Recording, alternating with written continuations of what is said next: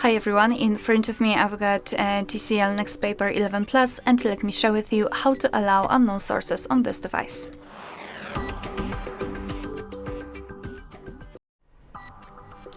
So let's begin with finding and opening the settings. Let's stop.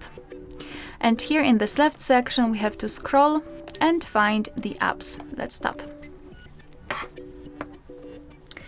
Right here we have to scroll down again to localize special app access, and here scroll down to find install unknown apps. So right here we've got the list of apps which are allowed or not allowed to install some content, and of course we can change it. So let's pretend I'd like to download the app from the Chrome. So just find it in the list, tap on it and tap on the switcher next to allow from the source. And as you can see, after getting back, you can see that the Chrome is now allowed to install some content. Be aware, because you're doing it on your own responsibility. Some third-party apps aren't verified by the developer, so you may put your data and actually whole device at risk. So remember about that and choose the apps wisely.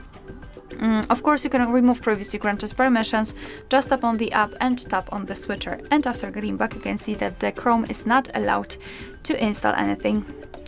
Alright, so that will be all. Thank you so much for watching. Please hit the subscribe button and leave the thumbs up.